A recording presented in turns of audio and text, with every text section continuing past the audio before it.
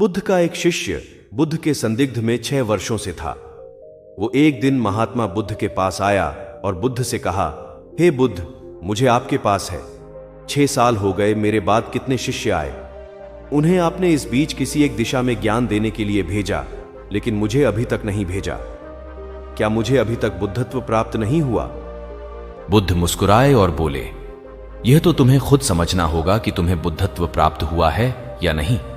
शिष्य बोला, हे बुद्ध, आपने मुझे इन 6 सालों में जो भी उपदेश दिया, मुझे वो सब याद है। आपकी बताई एक एक बात मुझे याद है। आप मुझसे भी पूछ सकते हैं, मैं आपको हर उत्तर देने के लिए सक्षम हूं। आप मुझे एक मौका तो दे, ताकि मैं किसी भी दिशा में जाकर लोगों को आपके ज्ञान के बारे में भी बता सकूं। बुद्ध ने कहा, ज्ञान की बातों को याद रखने से कुछ नहीं होता। जब तक आप उसे अपने आचरण में ना लाओ, जब तक आप किसी भी चीज को अपने आचरण में नहीं लाओगे, तब तक आप दूसरों को नहीं कह सकते कि वो उसे अपने आचरण में लेकर आए। शिष्य ने कहा, जो भी हो, कृपया आप मुझे एक मौका दें। आप मुझ पर भरोसा रखें। मैं सभी को अपने ज्ञान से प्रभावित कर सकता हूं। मैं लोगों को ऐसी बातें बता सकता हूं जिससे उनके जीवन में शांति आएगी और वो शांतिपूर्ण अपना जीवन जी सकेंगे। बुद्ध ने कहा, अभी तुम तैयार नहीं हो। जब तुम तैयार हो जाओगे, मैं तुम्हें खुद सही मार्ग पर जाने के लिए कहूंगा। शिष्य ने कहा, क्यों बुद्ध, आपने मुझे इन 6 वर्षों में इतना भी ज्ञान नहीं दिया जिससे मैं लोगों को प्रभावित कर सकूं। बुद्ध ने कहा, ठीक है, तुम पूर्व दिशा की तरफ जाओ। वहां तुम्हें एक गांव मिलेगा, उससे तुम भिक्षा मांग कर लाओ और वहां के लोगों को अपने ज्ञान से मदद करना।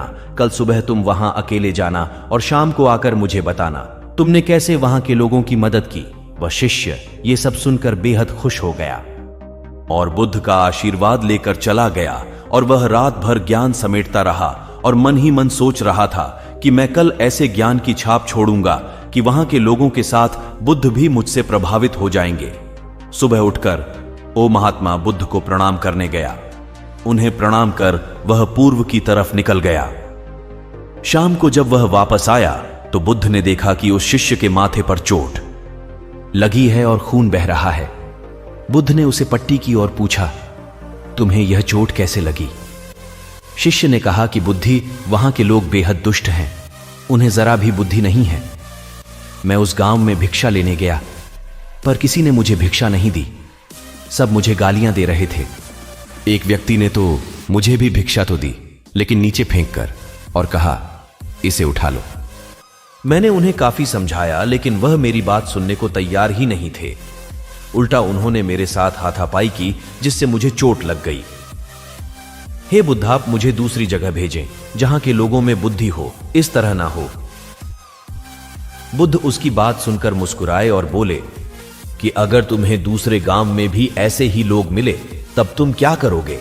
शिष्य ने कहा, हे बुद्ध, ऐसे लोगों को कोई ज्ञान नहीं दे सकता। वह लोग अज्ञानी हैं, उन्हें कौन समझाए? बुद्ध ने कहा, वह लोग अज्ञानी नहीं बल्कि ज्ञानी हैं।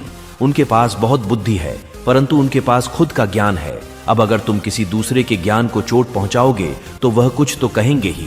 तुम्हें ऐसे लोग हर जगह मिलेंगे, तब तुम अपना ज्ञान उन्हें कैसे दोगे? बुद्ध ने शिष्य को कहा कि आज तुम आराम करो, कल शाम को मेरे पास आना। शिष्य बुद्ध को प्रणाम करके चला गया। अगली शाम जब वह वापस बुद्ध के पास आया, तब वहां एक और बुद्ध का शिष्य मौजूद था। उनके हाथ में चोट लगी हुई थी। बुद्ध ने उस शिष्य के हाथ पर चोट देख उस पर पट्टी की और उस शिष्य से पूछा कि तुम्हें यह चोट कैसे लगी? शिष्य ने कहा, हे बुद्ध, आपने पूर्व के एक गांव में मुझे जाने के लिए कहा था, वहीं मुझे यह चोट लगी।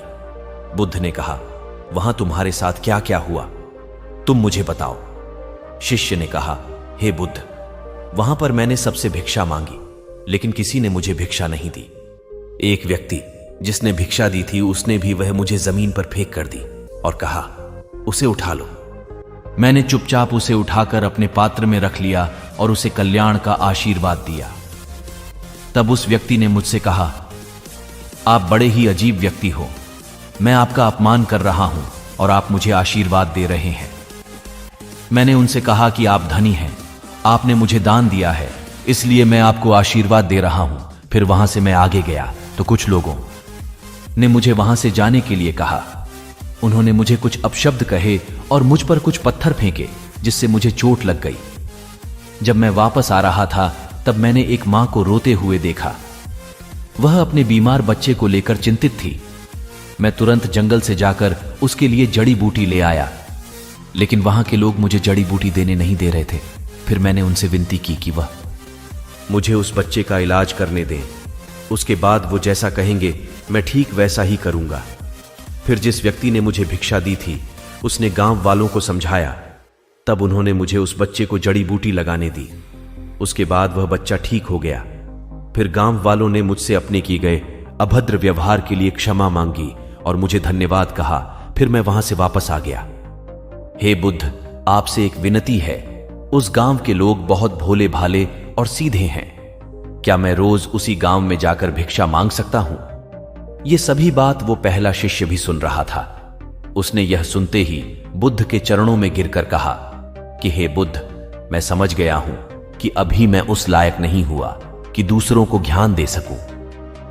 बुद्ध ने कहा, हमें बाहर वैसे ही लोग दिखाई देते हैं जैसे हम भीतर से होते हैं।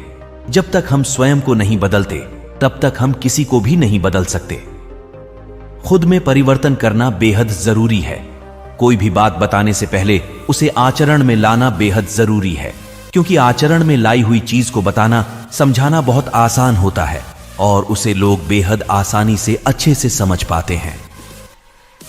दोस्तों, आपने क्या सीखा?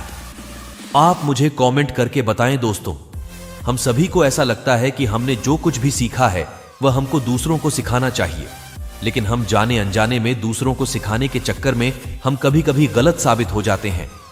तो इसलिए दोस्तों, अगर आप किसी को भी कोई भी सुझाव देने के लिए जाते हैं, आप कोई भी चीज सिखाने के लिए जाते हैं, तो सबसे पहले आप उस कार्य को संपूर्ण रूप से और सही ढंग से अच्छे से सीख जाएं। और आपको जब यह पक्का प्रूफ मिल जाए कि अब मैं इस कार्य को संपूर्ण रूप से सीख चुका हूं, अब मैं दूसरों को सिखा सकता हूं, तभी आप दूसरों को सिखाने के लिए जाएं। अन्यथा आपके साथ दुर्व्यवहार हो सकता है और आपको क्षति भी पहुंच सकती है।